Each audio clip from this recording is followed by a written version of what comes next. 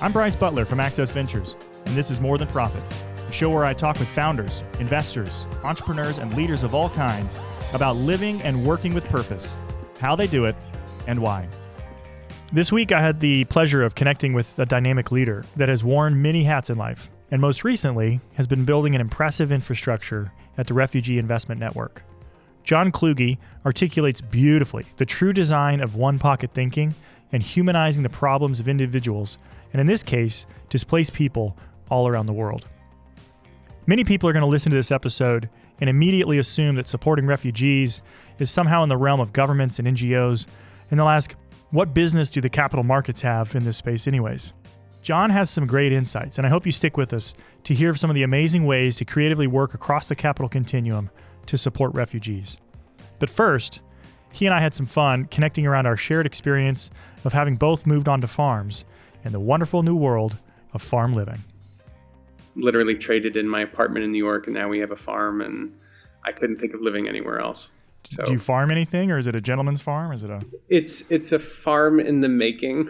So, I don't know if you ever saw the documentary Biggest Little Farm. We're kind That's of you.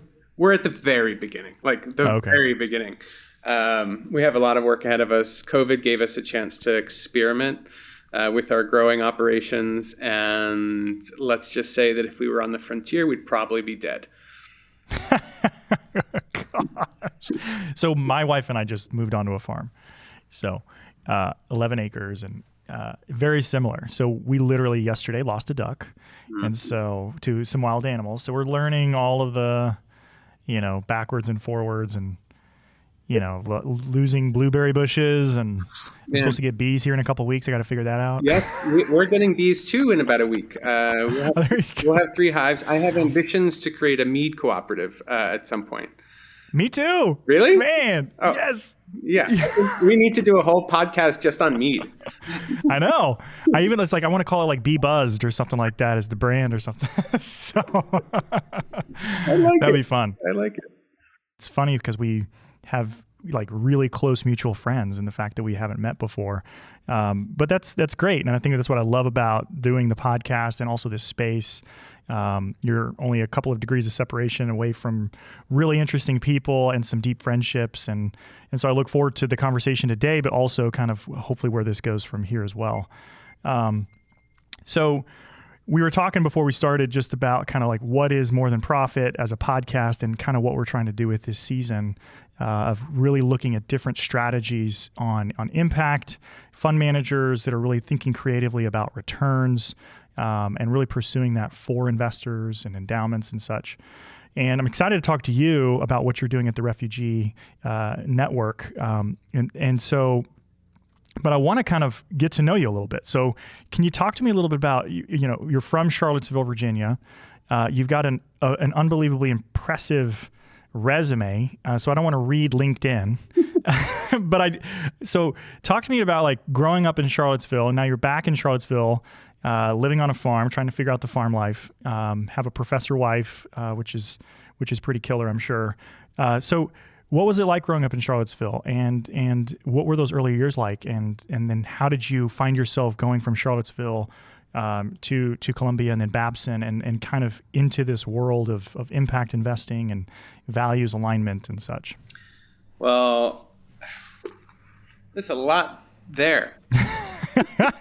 I'll give you the abbreviated version because I'm not a spring chicken anymore. So there's quite a few years to cover. I was born in New York originally in Rockland County. And my biological mother was very, very young. She did not have a lot of means, and she was just at the beginning of her college career. So she put me up for adoption right after birth. And so I got adopted by these 2 pretty amazing parents. You could call it sort of the lucky sperm club in a way. Like my outcome and my trajectory and kind of life path could have been extraordinarily different. One, I think if my birth mom hadn't decided to go through with, bring me to term, but 2, if I was adopted by different people. And so my parents both were immigrants to the United States. My dad came over when he was about 8 in 1922. He was penniless and extraordinarily young. Came over from East Germany with his mom and his stepfather, who lived in Detroit, and brought them out of this tenement house in Chemnitz, Germany.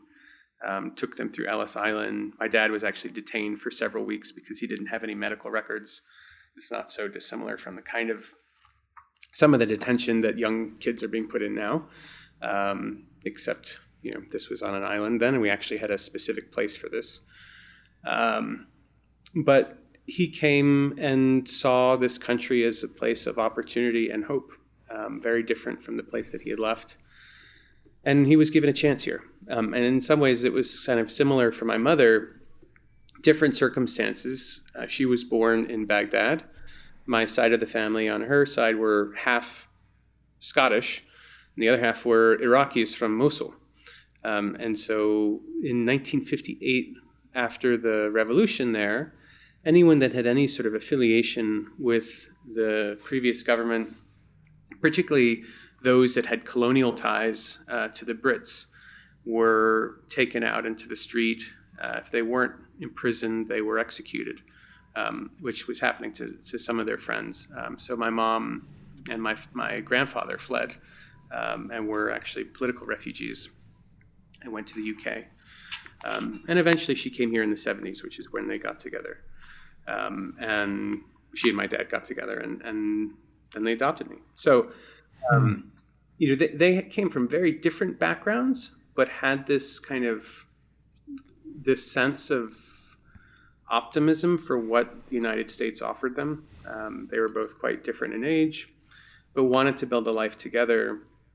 And despite the fact that my dad was working in New York, my mom did not want to raise her little kid in the city life, probably because she grew up as a teenager in London and didn't want something like that for me. So my dad had a farm in Virginia a couple of years prior. And so he said, let's go look at some land down there. And this is where we ended up. So I'm thankful for that. I'm thankful for the fact that they decided to adopt me and to raise me. And both of them are incredibly entrepreneurial people. One who's had tremendous success, and my mom has had some success and some extraordinary failures as well. But I do think growing up with that kind of a parent helped to open my eyes on the world. One, to look for different opportunities, but two, also to just grow up with a deep sense of gratitude. Things really could have been very different for me, for my parents. If someone hadn't given them a chance on their respective journeys, man, things would have been different for them. They would have been different for me. Wow. So at college, by that point, my dad was in his late 80s. And I remember towards the end of college, he fell out of bed and broke his hip, and he was 89. And he had had health problems, here and there over the years and surgeries and stuff. But when your dad is 68, when you're born, you think they're going to be around forever. And he would feed that myth himself. And you probably kept him young too. I mean, toddler running around when he was 68. I think he kept himself young. He was he was a real curmudgeon. I'm not leaving. I'm sticking around forever. That's great. And he had plans. He had plans 50 years on. But then all of a sudden, one thing happens, and you realize that life is so fragile, and at any moment, the people that you know can be gone. So I was just finishing up school, and I decided to move in with him for a summer right after college. I also had no idea what I really was going to do afterward, other than some sort of writing thing, which was not a plan. And we had this kind of Tuesdays with Kluge kind of experience. It was part helping to support him in his rehabilitation, but part asking him questions I never thought I'd have the chance to do if something happened again. And that time, I think, was really instrumental in helping me figure out the direction, not necessarily the specific path, but the general direction of what I wanted to do. And there was something he said, so because he was in in and out of over 200 different businesses over the course of his lifetime. Wow. By businesses, I'm using that term very broadly. Sure. To define everything from like hustling his neighborhood friends like in marble schemes to like padding for the mob in Detroit in the 20s to, running Metro Media and a radio and TV network later on. So it really varied widely. But I said, would you do anything differently? Like if you could start over, rewind. And he said no, and then he said yes. He said one thing. If he knew everything he knew at the age of 89, he would have actually started out in medicine. And I thought that was really interesting. It wasn't something I expected. I said, why is that? And he said, because it's the only practice that he had been involved in over the course of his life, more so as a philanthropist and a funder in his later years, where there was some surety that what he was doing as a profession was going to improve the lives of other human beings. It's the only way that he knew he could make a difference as a profession. And he spent most of his life doing what our friend Ross Baird would call two-pocket thinking, right? He was generating economic value through his primary business activities, waiting for it to achieve a certain level of success, and then using that revenue to go out and try and do good things in the world. But he never lost touch with who he was as an 8-year-old boy trying to find opportunity, who had, didn't have a pot to piss in. And I think that realization was kind of an awakening for me. Yeah. And what was cool was at the time I was getting to know a number of social entrepreneurs who didn't necessarily define themselves as such. And I was getting to meet investors who also didn't call themselves impact investors at the time, but were doing that work. And the sort of aha moment was that you didn't have to actually go into medicine. To my dad, that was the closest thing he could identify with as a social entrepreneur. Where your profession is embedded with this purpose of service. And I realized that there were so many other options for that. But that is what I wanted. I didn't want to wait till I was 89, if I made it that long, to figure out how to give to my community, to give to my to my family, to the world. And I think that being adopted and maybe harboring some sort of like, I don't know if you want to call it survivor's guilt or just this sense that I have to earn my place. That was a driver, I think, in trying to sort of prove that I deserved to have this shot. Yeah. I've got to ask as you were talking about the questions with Kluge, it's my wife, her grandfather served in World War II, and at one point, somebody sat down and actually did the same thing. And I think that's an interest. I wish more people would do that, take the time to actually ask questions about, older generations' lives and kind of what's driven them, what they would. I'm just curious, did you happen to record that, or was it just informal conversations? Oh yeah. We wrote a book, or I wrote a book about it. That's awesome. The book didn't turn out as the kind of like the memoir thing that I was aspiring to. There's probably another book in it. But I did take all of the things that he said, and then artifacts that I discovered while I was like digging up his storage units. We created a book of his stories, basically. That's so cool. What's it called? Very creative, I know. John Kluge, Stories. I love it. Sometimes the simplest title is the best title. I love it. We went very simple then, but it was an amazing experience, and one that I'm very grateful to have had. And did you ever get to, so the questions with Kluge and then the journey you were on yourself, did that ever come full circle? Were you able to kind of share with him kind of your own understanding and where that was taking you, or was that still his thinking of like, back to the two pocket of like the best use of his abilities would have been to have been a doctor because he could have impacted people's lives more directly? We didn't have I wasn't, I think, deep enough in my own path at that point, by the time that he finally passed away, for us to have that conversation. Yeah. I think that wherever he has ended up, I hope that he feels contentment and pride in how things have shaken out. Yeah. I think he would get it. I think in the first couple of years, as I was trying to figure it did take time. I mean, I didn't go like right into social enterprise. Sure. The first thing I did was working as a legislative aide for an anti-poverty think tank, and then I worked for a Track 1.5 diplomacy organization based in New York.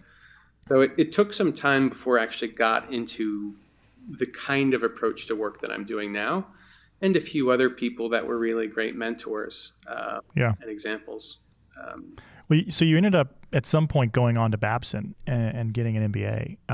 I think by this point, probably in your life, there was more of a clarity around path for you. Is that correct? Oh, 100%. And it came through failure, to be honest.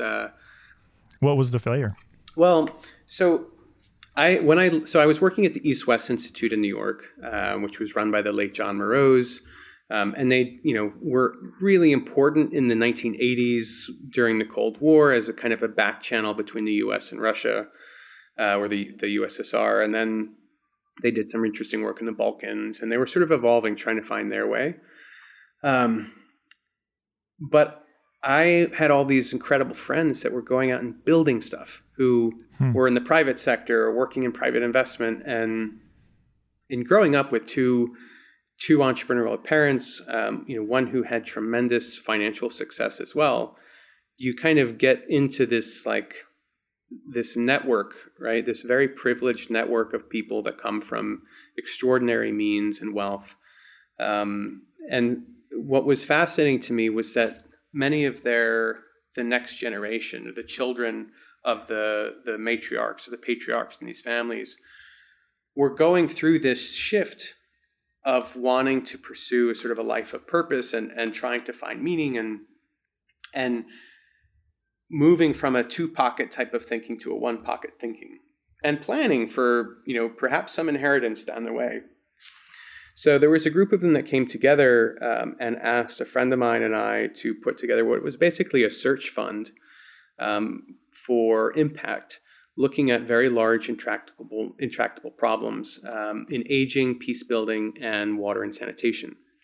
And as we were doing diligence to find the pipeline of deals to build a fund around in the water sanitation space, we found that sanitation was this super underserved, underinvested sector, particularly at the base of the pyramid, where there was a need for more sustainable long-term approaches, where there was a need for technology to do reporting, but there weren't enough deals. They're just, they were all tiny, little mom and pop shops. And you couldn't actually structure a whole fund around it. And this was, maybe a decade and change ago. So we set up this social enterprise to help create an ecosystem. It was a market building enterprise called Toilet Hackers. Because initially we started with tech. We did these hackathons with the World Bank and the Gates Foundation, and it expanded. But the most exciting thing that we were doing in that work was this partnership that didn't work out. We were bringing Sesame Street together or Sesame Workshop together with the Worldwide Association of Girl Scouts and Girl Guides and UBS. And UBS was excited because it was a collective impact model. They saw sort of a leveraged opportunity for their philanthropic funding. Sesame had this incredible content to teach hygiene and education. And the WAGs, as it's called, is basically the international side of the Girl Scouts. They don't have a cookie business model overseas, but they do have other programs. And they have 80 million women alumni and almost 10 million actively serving Girl Scouts. So it's basically a delivery mechanism for any kind of social change, content, curriculum, or tools you could imagine. And the idea was to create a soap version of of the cookie business. Hmm. And basically use that as a way to teach hygiene to 6 million girls in the first year. So I was really excited about it. We had the money lined up, and the whole thing imploded.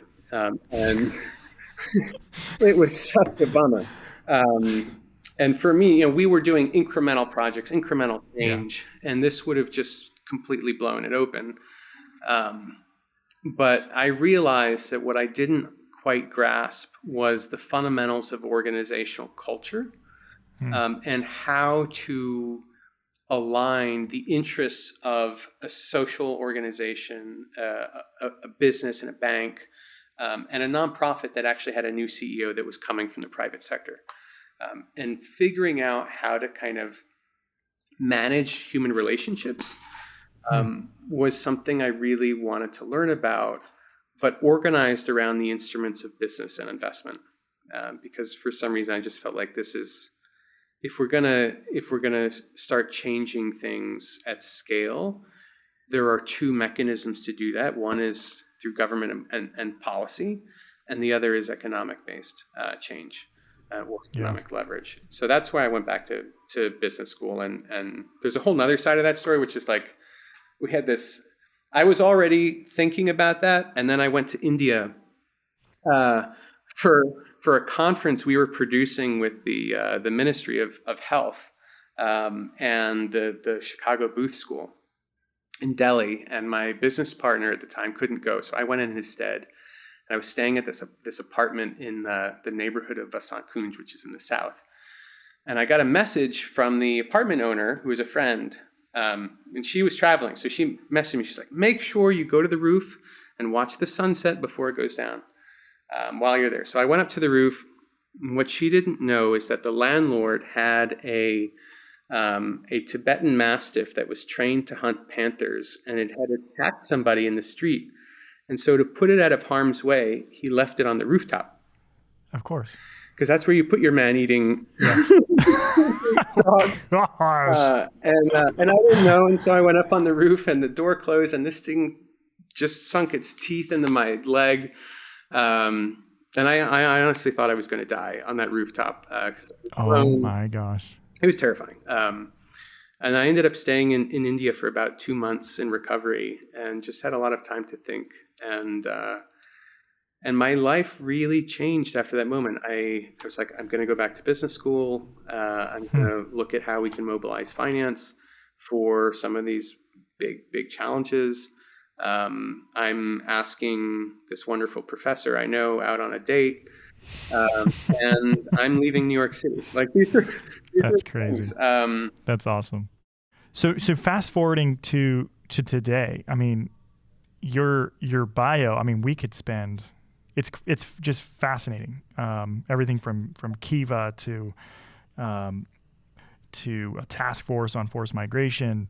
But right now you're the founder and the managing director of the Refugee Investment Network, and kind of helped bring to life the refugee lens. And so if you're in the impact investing, you're kind of familiar with that space. A lot of times we talk about these lenses, like gender lens investing or creative lens, which is a newer one. And so now refugee lens. So for our listeners who may not be familiar with that, what can you help explain, like, what is a refugee lens? And then what is it you are hoping to accomplish through the Refugee Investment Network? It's a good question, Bryce. So a lens, like, to me, a lens is just something that you apply to see something you're not seeing, or see someone you're not seeing. And in some ways, it's about intentionality.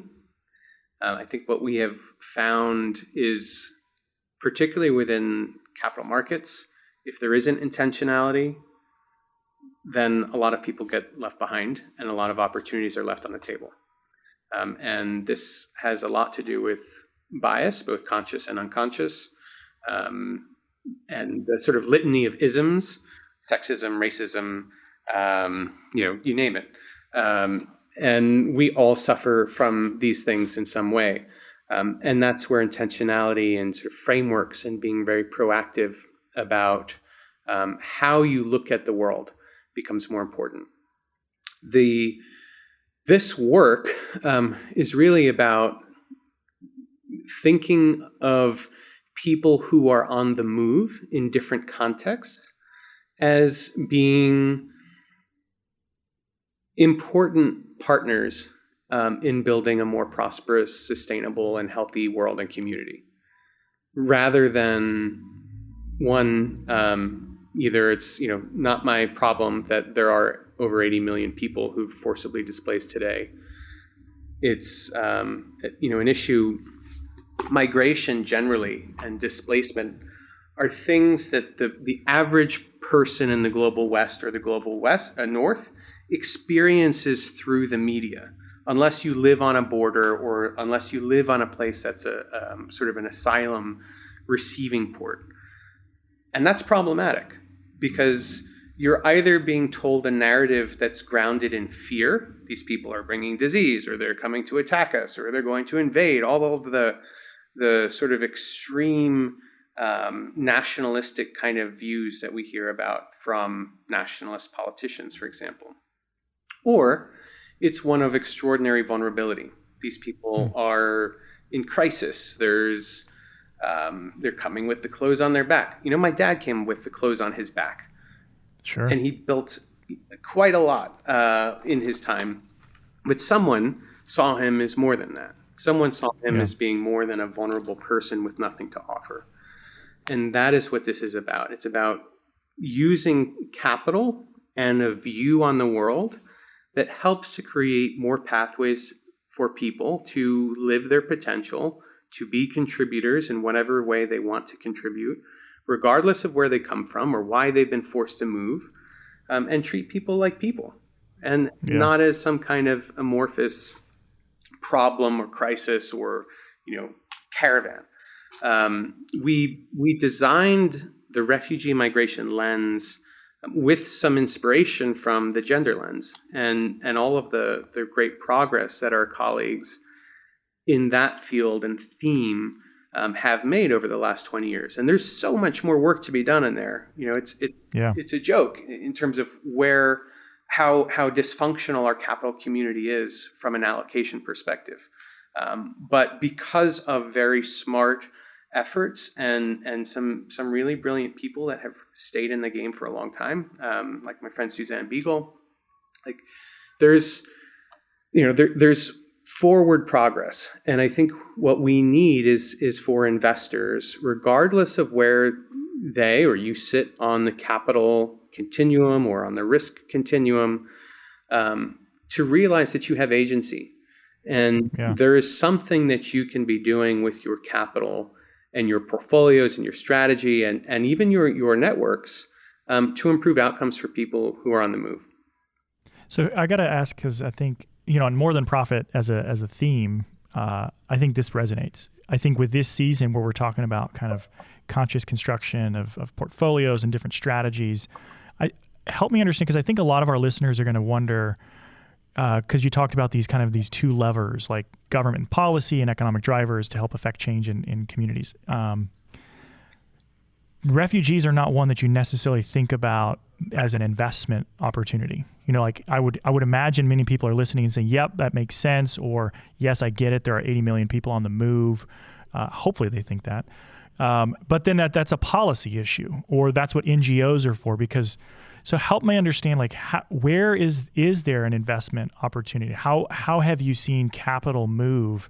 Are there some strategies that you have as an example where, as an investor or as an endowment or as a human being, that people are moving capital in ways that support people on the move across the globe? I mean, at a baseline, the answer is yes. There are many in their new. It was a softball. So, there you go. We wouldn't be doing this if there weren't those opportunities. Exactly. But think about the fact that of the Fortune 500 companies, 45% were started by immigrants, refugees, or their kids.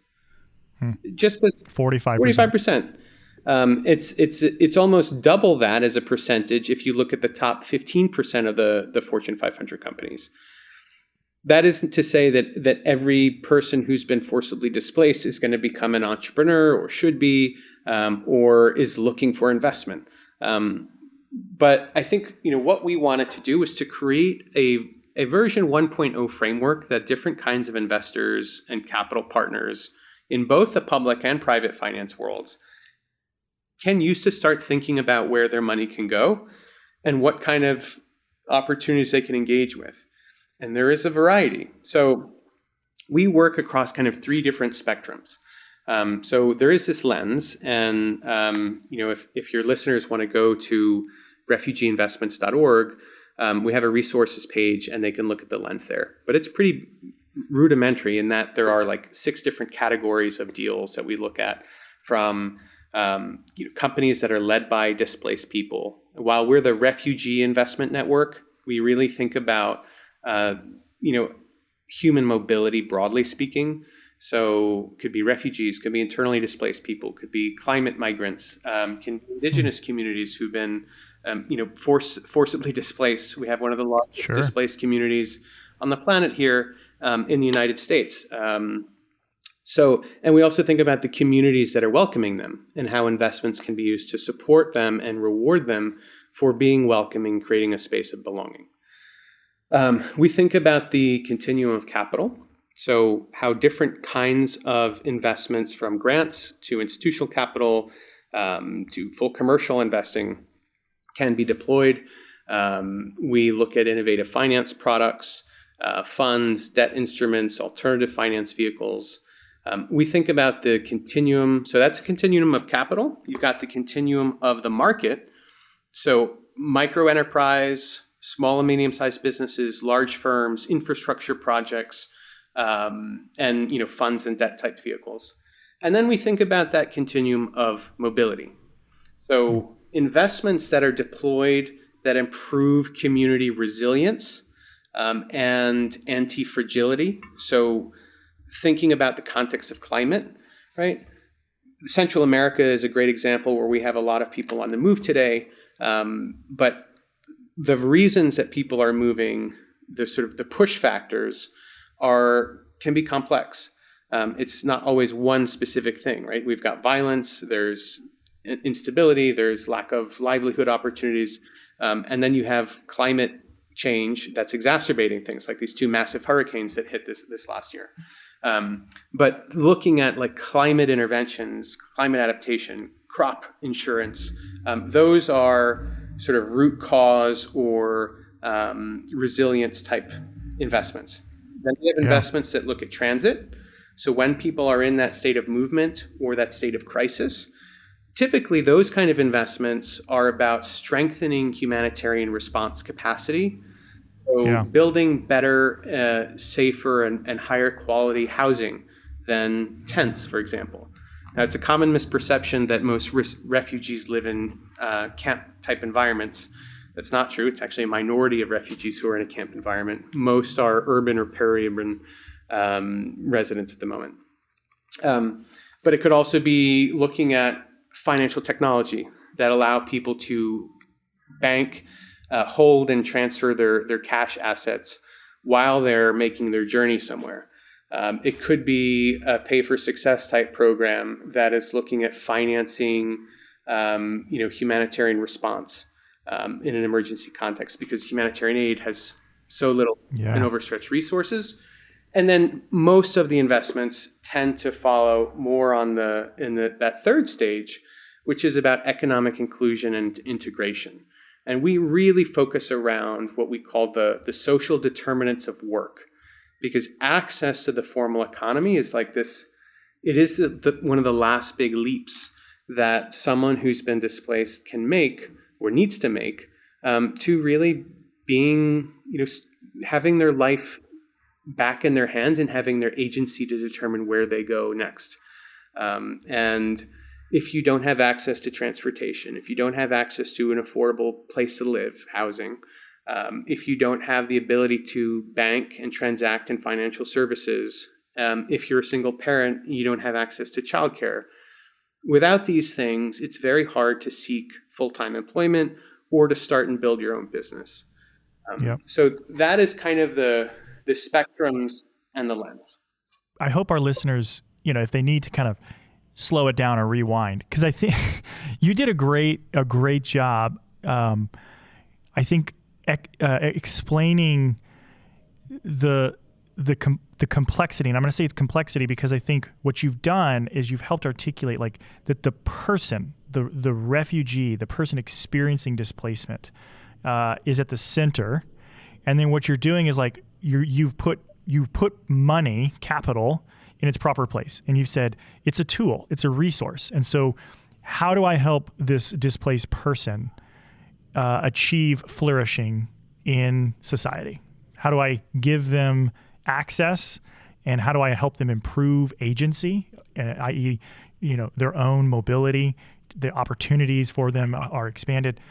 And so then what you're doing is you're saying, well, what we need to do is deploy the continuum of capital. And then it becomes conversations individually with investors around, what their risk and return needs are. And we can, but I think the other thing that's interesting is like, you're not saying there's some refugee product out there or a refugee fund, but you're saying our goal as a network is to help this displaced person or this person on the move flourish. And in order to do that, they're going to need debt financing. They're going to need housing. They're going to need better transportation. They're going to need food, and oftentimes find themselves in food deserts. And so there's food insecurity, all like language barriers, all these different things. And you're saying those are problems. So it's complex. We're building an ecosystem here to help support these people that have been displaced. And I love it. So I'm hoping people either slow it down, go back, because I think what you've articulated is a beautiful picture of how we should think about people, communities, money, and that return's not the enemy. Like you've articulated various ways that entrepreneurs that have been displaced have grown unbelievably successful businesses. So return is not the enemy, but what we need to do is like, what's the right type of capital, right structure to support these people? Well, I think for me, yes, exactly. And what I don't want is for an investor to be curious about this and feel like there isn't an opportunity for them to participate because there isn't the right product market fit. Like there is something for you, and if it doesn't exist, we will go out and create it. Yeah. I mean, and that's the exact message, because like, again, a lot of times, and the reason I wanted to do this season specifically is so many people on a heart level, I think, like, yes, I want to do something, but then you start talking investment and they're like, well, there's not a place for me. And you're like, well, I think that's the wrong starting point. Or, hey, what do you need the money to do?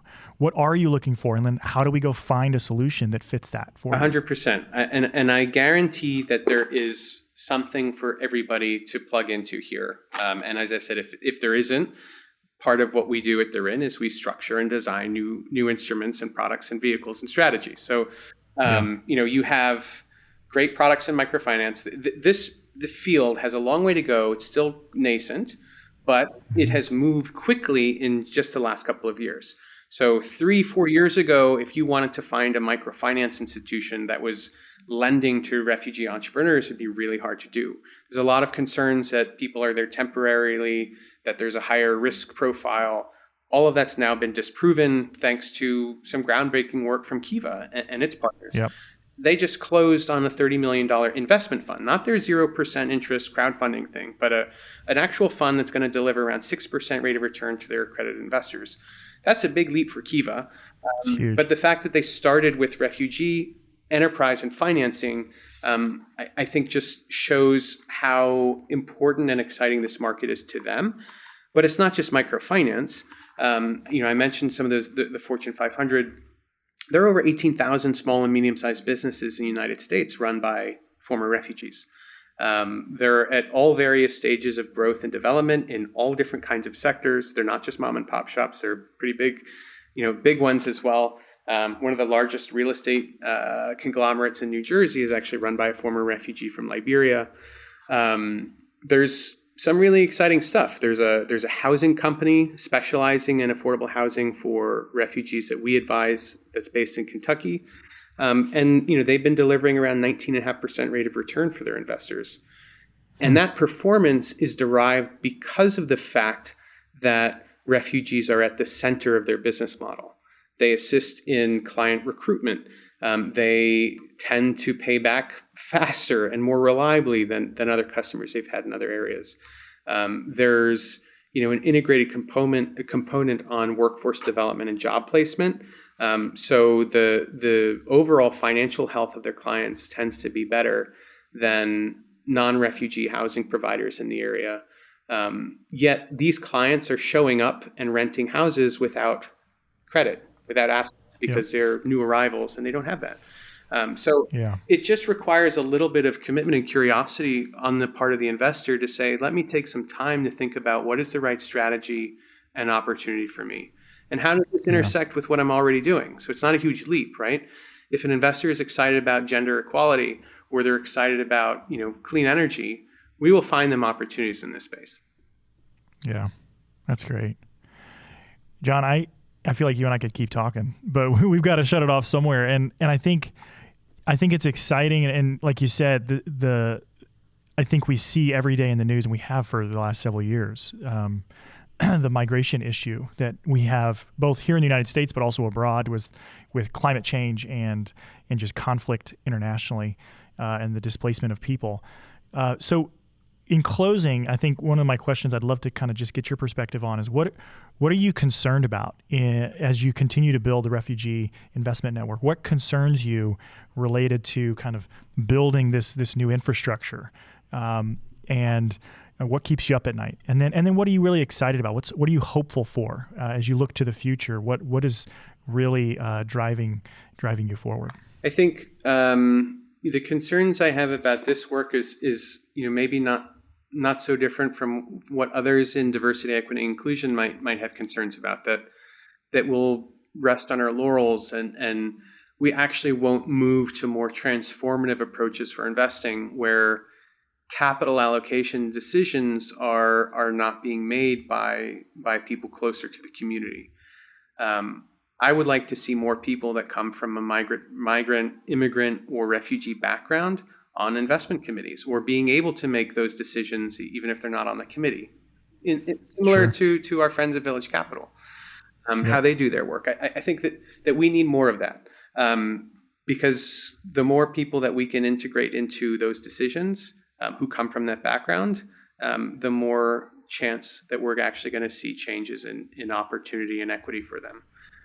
Yeah. Inclusive economies are growing economies. So as long as we can create those opportunities, I think all of the evidence and the data is going to follow. I have no concerns about that whatsoever. I have general concerns about like the rise of nationalism, and whether that's here in the United States or in Europe or even in Kenya, and how we will, as societies, we have a tendency to scapegoat people who come from other places when we are in a period of pain. And that is a concern. I think we need to demonstrate a different way of being, and really stand for each other. And this is a way that investors can do that every single day of their work using the tools that they have available. They don't need to become activists per se. They can do their investing and create these opportunities, and that will change the narrative. Sure. What I'm excited about is that there are major institutions that are getting involved in this work now. That's great. So, we are now working with the Japanese development agency, JICA. We're working with the Swiss development agency, the SDC, which is a major leader in innovative finance. We're talking now to the U.S. administration. It's the first time we've gotten a phone call from them in 4 years. Wonder why. But, this is very positive, because in terms of creating an enabling environment that will give some comfort to investors, because this is still a new thematic. And sure, while there are plenty of deals here in the US or in Canada or in Europe, a lot of the deals are where most of the people are. And that's not here. That's in emerging markets. And doing business generally is hard there. So we need the development finance institutions at the table working together with the private investment community. That's starting to change, and that's a huge step forward. To learn more, check out refugeeinvestments.org, where you can find several resources, including a report coming out later in May on building inclusive economies in Latin America. We also have a link in the show notes to a report that came out in December, co-authored with the Rockefeller Foundation, called Building Inclusive Economies: Applications of Refugee Lens Investing. Thanks again for listening to More Than Profit. If you liked what you've heard, do us a favor by subscribing and leave us a review wherever you get your podcasts. I'm Bryce Butler with Access Ventures. Thanks for listening.